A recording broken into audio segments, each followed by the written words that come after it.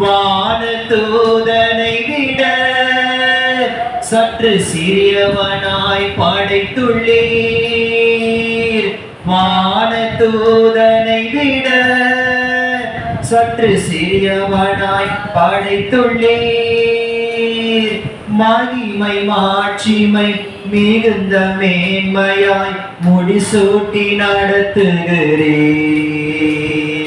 மகிமை மாட்சிமை மிகுந்த மேன்மையாய் முடிசூட்டி நடத்துகிறீர்.